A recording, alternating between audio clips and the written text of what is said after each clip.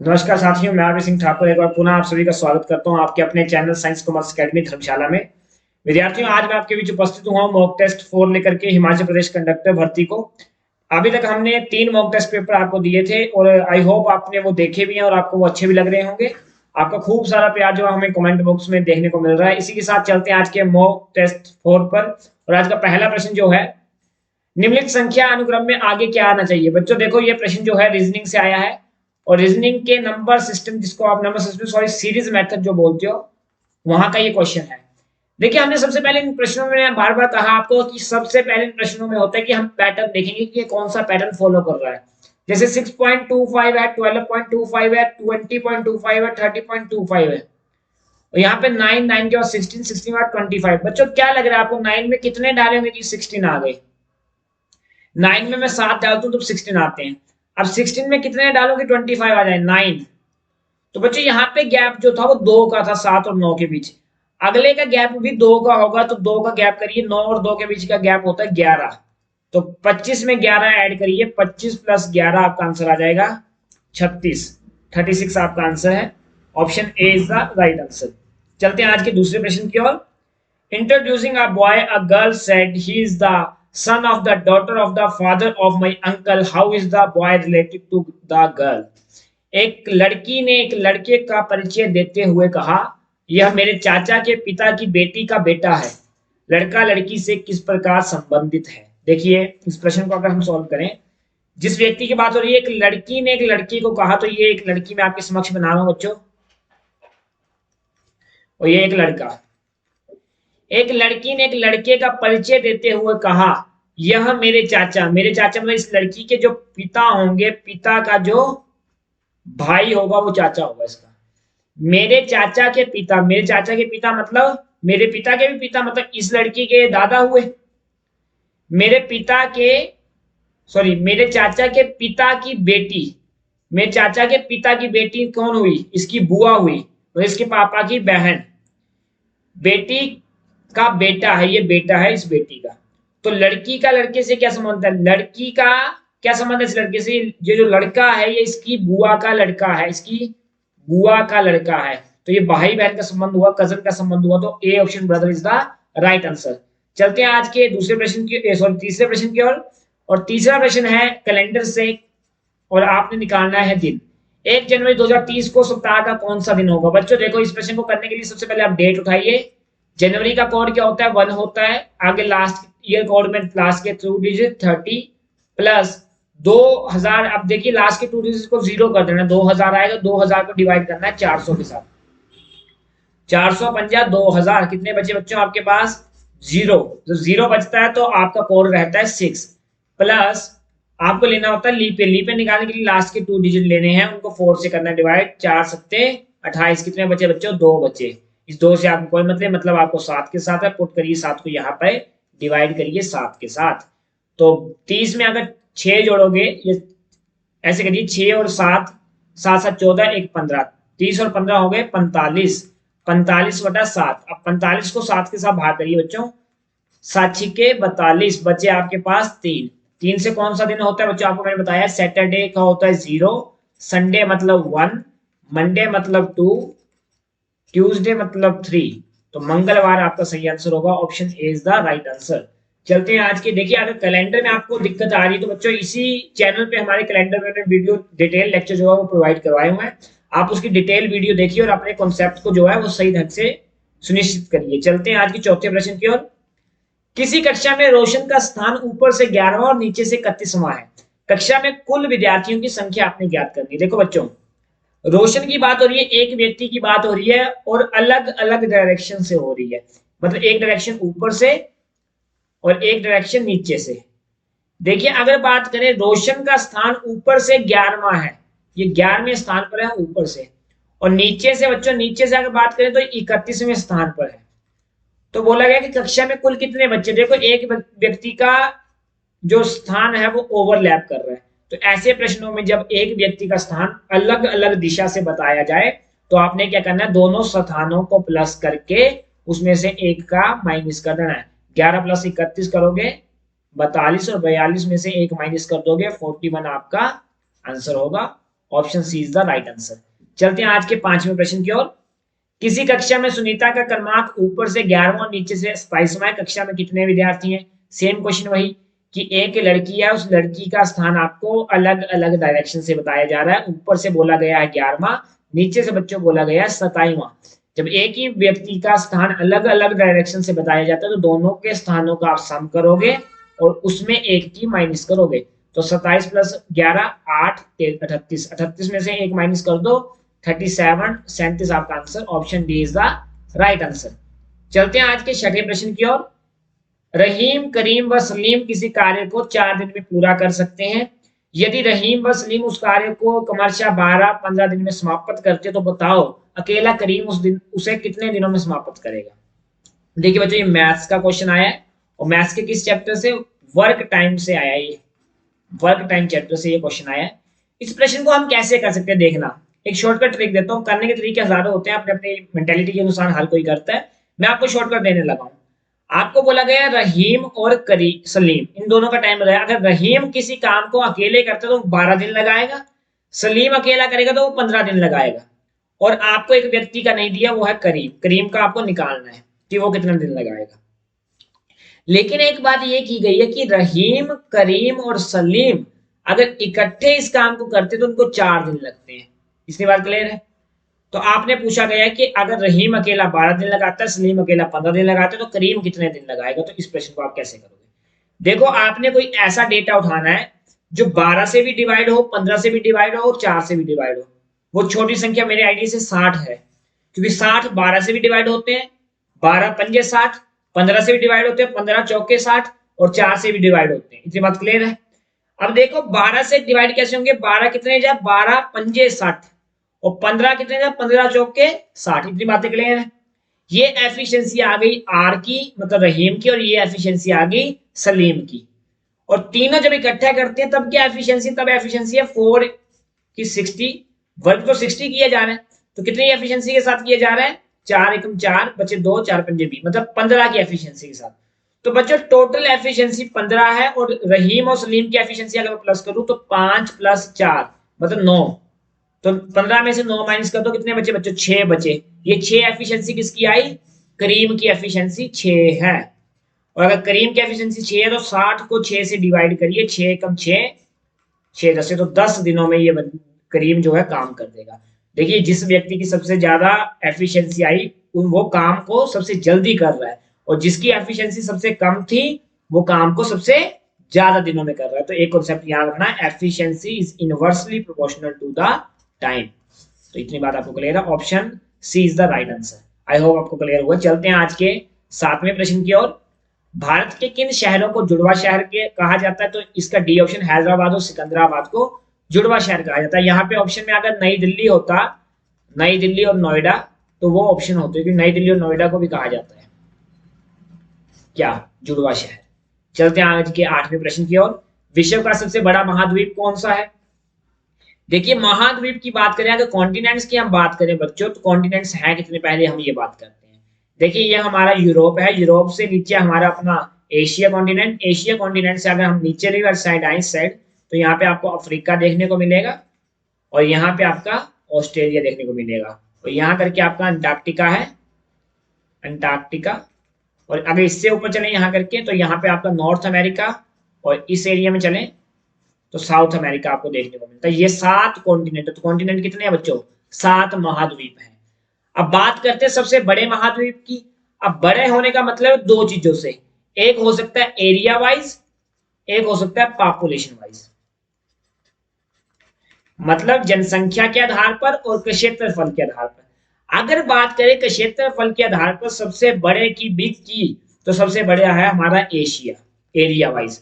और अगर बात करें पॉपुलेशन वाइज तब भी है एशिया। और अगर बात करें स्मॉलेस्ट की, सबसे स्मॉल कौन सा है? एरिया वाइज सबसे स्मॉल बच्चों ऑस्ट्रेलिया है, ऑस्ट्रेलिया सबसे छोटा है। और अगर पॉपुलेशन वाइज करें तो अंटार्कटिका सबसे छोटा है।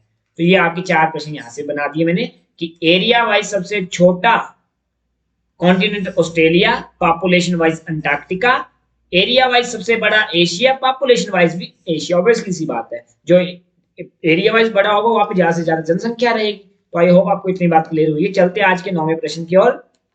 विश्व का प्रथम विश्वविद्यालय कौन सा है? देखिए विश्व का सबसे प्रथम विश्वविद्यालय तक्षशिला है, और तक्षशिला अगर मैं बताऊं बात करूं तो 2700 साल पुराना, आज से 2700 साल पुराना विश्वविद्यालय है, और यूनेस्को वालों ने तो इसको वर्ल्ड हेरिटेज साइट में रखा हुआ है, वर्ल्ड हेरिटेज साइट में रखा हुआ है। कमेंट बॉक्स में बताइए कि किस वर्ष यूनेस्को ने वर्ल्ड हेरिटेज साइट में इसको रखा था। ये आपका एमसीक्यू, आपने कमेंट बॉक्स में इसका आंसर बताना है।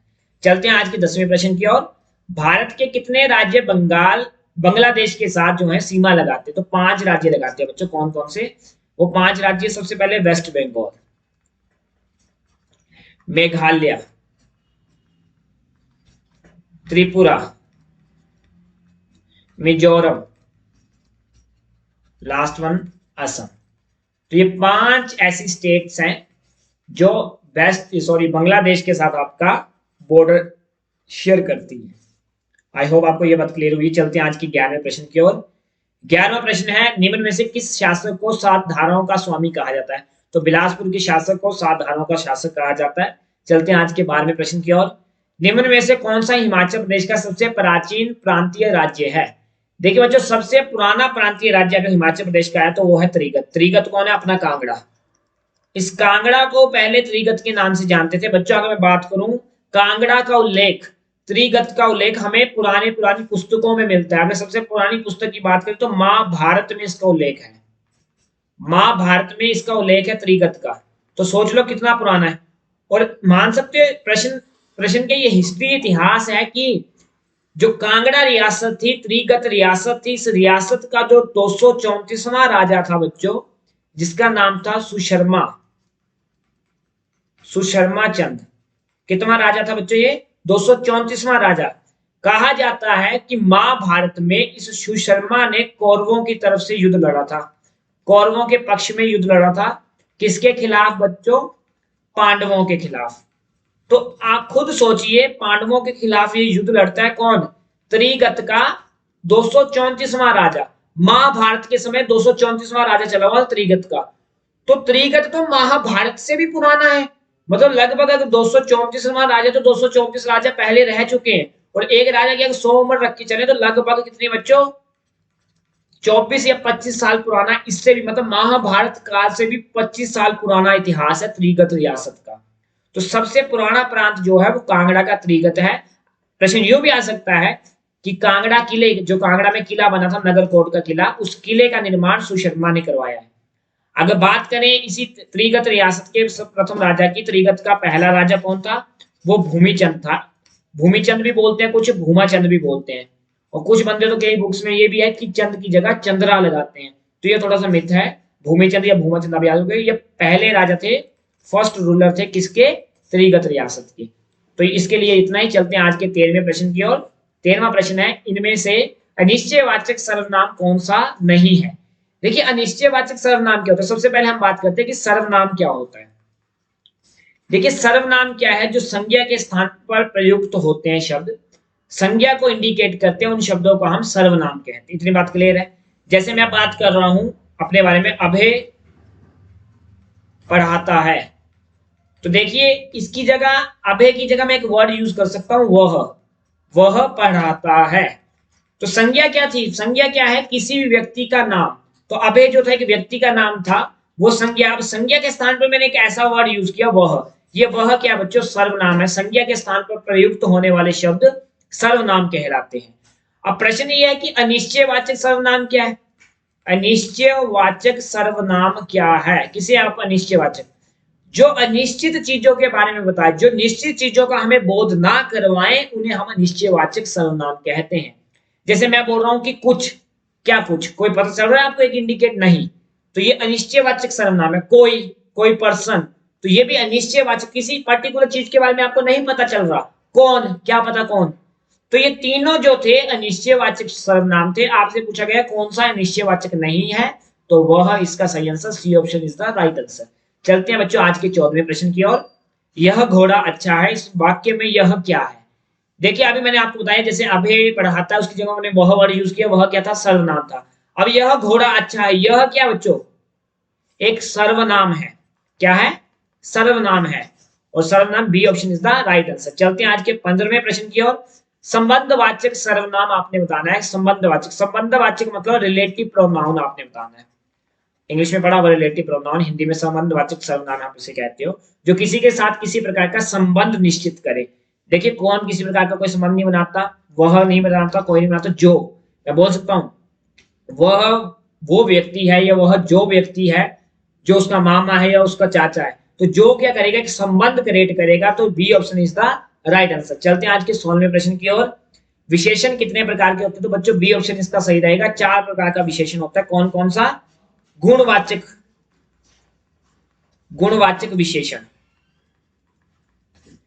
इसके बाद संख्यावाचक विशेषण, संख्यावाचक विशेषण, परिणामवाचक विशेषण, परिणामवाचक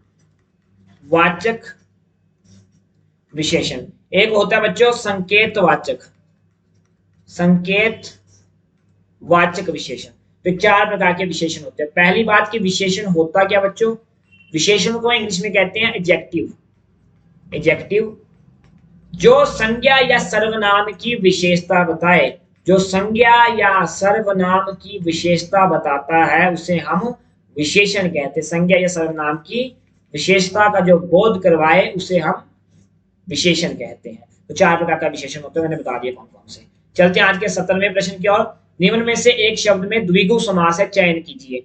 सबसे पहले बात आती है कि बच्चों द्विगु समास होता क्या, किसे आप द्विगु समास कहेंगे? तो देखो द्विगु समास क्या होता है, पहले ये समझ। समास, द्विगु समास जो है इसका पहला पद, इसमें 2 पद होते हैं बच्चे, एक पहला पद, दूसरा द्वितीय पद। जो पहला पद होगा वो बच्चों हमेशा संख्या बताएगा, संख्या का बोध करवाएगा, संख्या का बोध करवाएगा। और जो द्वितीय पद होता है वो किसी समूह का बोध करवाएगा। तो देखो कहां संख्या आ रही है, भूधान में कोई संख्या नहीं आ रही। सप्ताह, सप्ताह में सप्त वर्ड आ रहा है, सप्त मतलब होता है 7, 7 दिन। तो ये बी ऑप्शन सही है। पहला पद क्या था बच्चों, इसमें संख्या का बोध करवा रहा था, तो बी ऑप्शन इज द सही आंसर। अब पुरुष संख्या कोई नहीं है, आजीवन कोई वर्ड नहीं, कोई संख्या नहीं आ रही, तो सप्ताह इसका सही उत्तर रहेगा। चलते हैं आज के 18वें प्रश्न की ओर। इंग्लिश से प्रश्न आए हैं, इंग्लिश के क्या क्या क्वेश्चन है देख लेते हैं। Choose the most appropriate option out of the 4 alternatives A, B, C and D which best expresses the meaning of given idiom and phrase। आपको कुछ idiom and phrases दिए, आपने A B C D option में देखना है कि कौन सा उसको रिलेट जो है वो करता है। देखिए बोला गया to make a shot. To make a shot का मतलब क्या होता है? समझ रहे हो? मतलब टू मेक अ शॉट, किसी को आप बोल रहे कि मारने के लिए। तो टू रेलिटेट, रेलिटेट का मतलब क्या होता है कि किसी चीज को पुनः प्राप्त करना। टू हिट समवन, किसी को मारना, बी ऑप्शन सही है। किसी को मारना, टू मेक अ शॉट, तो ये फ्रेज सही है, बी ऑप्शन सही रहेगा। To make a guess, make a guess कोई अनुमान लगाना। टू अचीव वंस ऑब्जेक्टिव, किसी के उद्देश्य को प्राप्त करना, नहीं, तो बी ऑप्शन आपका सही रहेगा। To hit someone, to hit someone का मतलब किसी को मारना, और टू मेक अ शॉट का मतलब भी यही होता है, किसी को मारना, टू मेक अ शॉट। तो आई होप आपको क्लियर हुआ। चलते हैं 19वें प्रश्न की ओर। To lose face, to lose face का मतलब क्या होगा आपका? मतलब टू लूज फेस चेहरा खोना, चेहरा खोना। टू लुक एंग्री, गुस्सा मतलब गुस्सा लगना, क्रोधित लगना। टू बी ह्यूमिलेटेड, ह्यूमिलेटेड का मतलब होता है अपमानित, अपमानित फील करना। टू बी हेल्पलेस, हेल्पलेस का मतलब कि आप बोल सकते हो मजबूर होना। टू लुक वेकेंट, वेकेंट मतलब खाली दिखना। तो बच्चों टू लूज फेस का मतलब क्या होता है? ये फ्रेज तब यूज की जाती है जब आप कभी अपमानित हो गए हो, तो to be humiliated, B option is the सही आंसर। अपमानित होने को कहते हैं टू लूज फेस। इस जैसे आपको देखो जो अपमानित हो गया उसके लिए आप ये फ्रेज यूज करोगे, to lose face. I hope clear हो। चलते हैं आज के 20वें प्रश्न की ओर। Choose the correctly spelled word out of 4 given alternatives A, B, C and D. इनमें सही बताना है स्पेलिंग कौन सी। ट्रांसपोर्ट की स्पेलिंग ए सही है। चलते हैं आज के 21वें प्रश्न की ओर। मैनेज का मतलब बताना है, मैनेज का अपने ऑपोजिट, मैनेज का ऑपोजिट होता है बंगल। बंगल का मतलब कि जब आप अच्छी तरह मैनेजमेंट ना कर पाओ, तो सी ऑप्शन सही रहेगा। चलते हैं 22वें प्रश्न की ओर। शेम, शेम का भी आपने ऑपोजिट बताना है, तो ऑपोजिट होता है एक्साल्ट। शेम मतलब शर्मिंदा होना, एक्साल्ट मतलब शेम का उल्टा मतलब आप बोलते हो ऑपोजिट एंटोनिम्स ऑफ शेम। तो आज के लिए इतना ही, ये आज के 22 प्रश्न। मिलेंगे आपके साथ नेक्स्ट मॉक टेस्ट में, इसी साथ धन्यवाद। जय हिंद, जय भारत।